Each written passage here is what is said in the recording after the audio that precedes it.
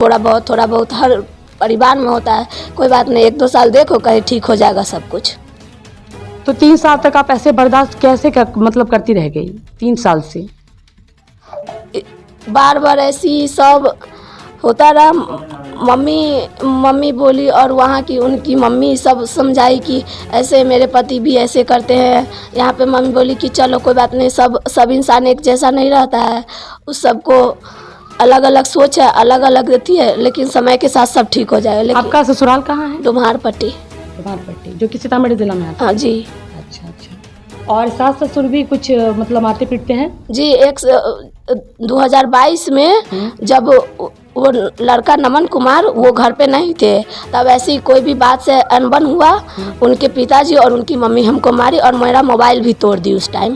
फिर हम वहाँ से अपने मामा के घर, मेरे मामा आए थे और मामा के घर चले गए। फिर उसके कल होके लड़का गया वहाँ, और वहाँ पे लड़का क्या किया, ब्लेड लेके गया था और इतना हल्ला चिल्ला किया। नाना जी सब नहीं बोले क्योंकि मेरी मम्मी घर पे नहीं थी, यहाँ गांव में नहीं थी, वो दिल्ली पापा के पास गई हुई थी।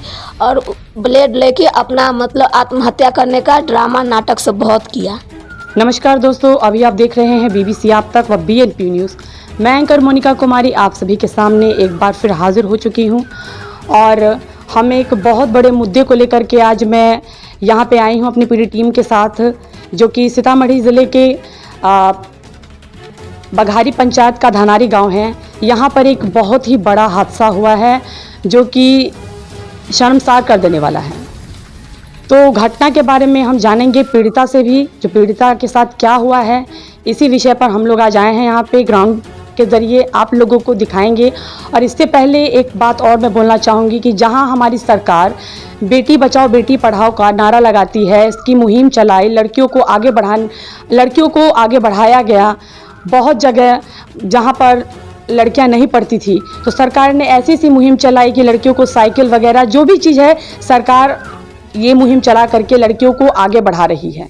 तभी भी यहाँ पे जो दहेज प्रथा, लड़की की शादी होती है तो उसे अभी भी प्रताड़ित किया जाता है, जबकि सरकार ने मर्द और औरत को, यानी लेडीज़ और जेंट्स को, दोनों को बराबर का हक दिया है। लेकिन यहाँ पे सब कुछ उल्टा है। अभी भी बहुत सी ऐसी महिलाएं हैं, बहुत सी ऐसी पीड़िता है जो कि इस दलदल में फंसी हुई है और इससे बाहर नहीं निकल पा रही है। मैं धानारी में आई हूँ और यहाँ पे जो हादसा हुआ है, उस हादसे को मैंने जब सुना तो मेरे भी कानों पे विश्वास नहीं हुआ। मैं भी ये सोच करके आश्चर्य में हूँ कि अभी भी जहाँ ये पूरा का पूरा इंडिया बढ़ रहा है, वहाँ अभी भी लड़कियों पर इतना जुल्म हो रहा है। यहाँ पर मैं एक घर में आई हूँ और यहाँ पे कल रात में एक पीड़िता है जिनका नाम, आपका नाम क्या है? गोल्डी कुमारी है। इनके साथ 3 साल से, इनकी शादी को 3 साल हो चुका है और 3 साल में इनका पति इनको चैन की सांस नहीं लेने दे रहा है। हर वक्त टॉर्चर, हर वक्त मारपीट, यहाँ तक कि जब बात आगे बढ़ गई, जब पानी सर से ऊपर गुजर गया, तो लड़की का क्या फैसला है, क्या लड़की करेगी, इसके मन में क्या चल रहा है, आइए पीड़िता से ही हम जानते हैं कि इनके साथ क्या हुआ है। और इससे हम बताने से पहले एक और बात बताएंगे कि कल जब इनके पति आए थे और 4-5 फ्रेंड को भी लेकर के आए थे और यहाँ पर आकर के उसने गुंडागर्दी की, अपनी बीवी को पीटा, अपनी सास को पीटा, बेरहमी से पीटा, इतनी बेरहमी से पीटा कि उसमें एक, आपका नाम क्या है, सत्येंद्र सिंह जो है, उनको भी बहुत चोटें आई हैं। तो इन्होंने 112 को बुलाया। यहाँ पे 112 की पुलिस आई। आने के बाद में क्या हुआ, जो लड़का था वो 112 की पुलिस को आगे ले गया, कोने में ले गया, जा करके उसने घूस दे दिया, जबकि यहाँ कल्प्रिट वो है और विक्टिम यहाँ पे ये है। और इनका नहीं सुना गया, 112 की पुलिस वहाँ से चली गई। उसके बाद आज फिर क्या हुआ है, लड़के का जो मामा है, जैसा मुझे सुनने में आया है, जो पीड़िता ने कहा है कि लड़का का मामा है वो 5000 रुपये आज वो थाने में देकर आया है। तो चलिए कहानी की शुरुआत करते हैं और जानते हैं गोल्डी से कि इनके साथ क्या हुआ है। अच्छा, पहले बताइए कि आप क्या चाहती हैं अपने पति से? इतना मारपीट जो आपके साथ हो रहा है, इसके साथ क्या चाहती हैं? अब इससे हम निदान चाहते हैं कि अब पूरा 3 साल से यही सब हो रहा है, इससे हम अलग होना चाहते हैं। तो 3 साल से जब आपके साथ ये सब हो रहा है तो आप आगे कदम क्यों नहीं बढ़ाए? आपको डायरेक्ट जाना चाहिए था न्यायालय में, वहाँ पर जाकर के चाहे प्रशासन के पास आपने आवाज़ उठाई कि नहीं इसके प्रति? नहीं उठाए, क्योंकि घर वाले सब समझा रहे थे कि चलो अब पारिवारिक में थोड़ा बहुत होता है, हर परिवार में ऐसा कुछ बहुत थोड़ा बहुत हर परिवार में होता है, कोई बात नहीं, 1-2 साल देखो कहीं ठीक हो जाएगा सब कुछ। तो 3 साल तक आप ऐसे बर्दाश्त कैसे मतलब करती रह गई 3 साल से? बार बार ऐसी सब होता रहा। मम्मी बोली और वहाँ की उनकी मम्मी सब समझाई कि ऐसे मेरे पति भी ऐसे करते हैं। यहाँ पे मम्मी बोली कि चलो कोई बात नहीं, सब इंसान एक जैसा नहीं रहता है, उस सबको अलग अलग सोच है, अलग अलग रहती है, लेकिन समय के साथ सब ठीक हो जाएगा। लेकिन आपका ससुराल कहाँ है? डुम्हारपट्टी, जो कि सीतामढ़ी जिला में आता है। हाँ जी। अच्छा अच्छा। और सास ससुर भी कुछ मतलब मारते पीटते हैं? जी, 2022 में जब वो लड़का नमन कुमार वो घर पे नहीं थे, तब ऐसी कोई भी बात से अनबन हुआ, उनके पिताजी और उनकी मम्मी हमको मारी और मेरा मोबाइल भी तोड़ दी उस टाइम। फिर हम वहाँ से अपने मामा के घर, मेरे मामा आए थे और मामा के घर चले गए। फिर उसके कल होके लड़का गया वहाँ, और वहाँ पे लड़का क्या किया, ब्लेड लेके गया था और इतना हल्ला चिल्ला किया। नाना जी सब नहीं बोले क्योंकि मेरी मम्मी घर पे नहीं थी, यहाँ गांव में नहीं थी, वो दिल्ली पापा के पास गई हुई थी। और ब्लेड लेके अपना मतलब आत्महत्या करने का ड्रामा नाटक सब बहुत किया। फिर उसके बाद हम सोचे कि मम्मी तो है नहीं तो हम क्या कर सकते हैं अकेले, और नाना जी के गाँव में तमाशा ही होगा। फिर हम उसके बाद चले गए उसके साथ। फिर वहाँ पे 2-4 दिन हुआ, उसके बाद मेरा फ़ोन खरीदा के आया। फिर ऐसे ही चलता रहा, नहीं मेरे यहाँ वो आता जाता था लड़का, और नहीं उसके परिवार वाले से कोई मतलब, बस हम अपने मम्मी से बात विचार करते थे। मेरा भाई एक बार गया था और उसी बीच उसके बाद फिर सब कुछ ठीक ठाक था, ऐसे ही नॉर्मल आना जाना बंद था, सब कुछ ठीक चल रहा था। फिर इस बार 2023 में नवंबर में फिर ऐसी छठ था, उस टाइम में भी वही झगड़ा हुआ। तो अभी आप वहाँ पे जाइएगा तो वहाँ पे देख सकते हैं कि अलना तोड़ा वो भी टूटा पड़ा है, ड्रेसिंग टेबल को तोड़ा वो भी टूटा पड़ा है, हर चीज़ वैसी ही है।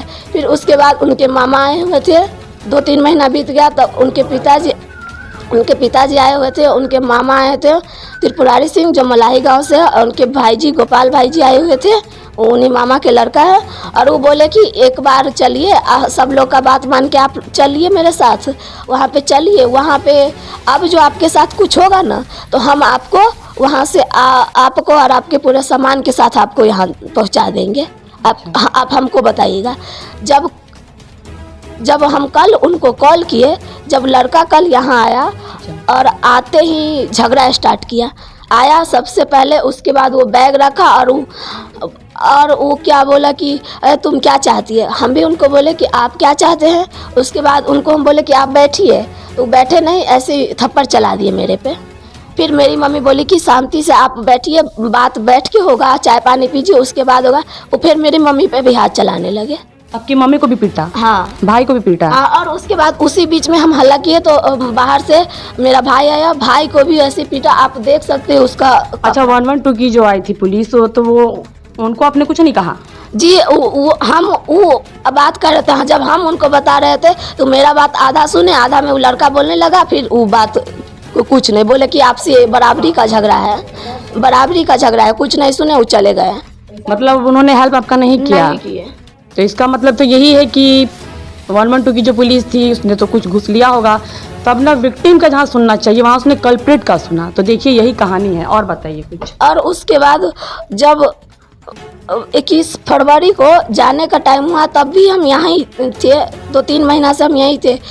वही मामा के लड़का और उनके मामा और उनके पिताजी और लड़का सब आए हुए थे कि इस बार चलो और जो भी होगा हम आपको पहुंचा देंगे। जब हम उनको कॉल किए कल, जब लड़का यहाँ पे आया, झगड़ा हुआ, जो भी हुआ, जो भी किया, उसके बाद तो उसके मामा का लड़का क्या बोलते हैं कि हमको आपसे बातें नहीं करना है।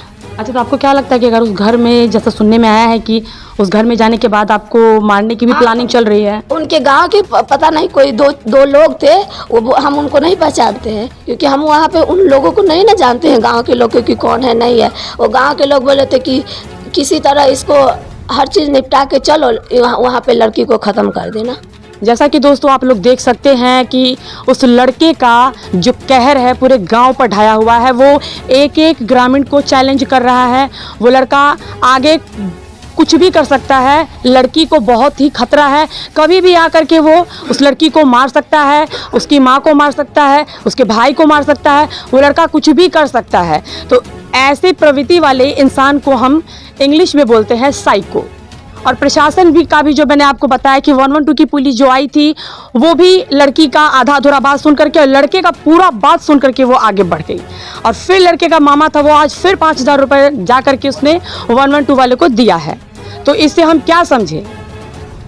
तो इसी के साथ बने रहे।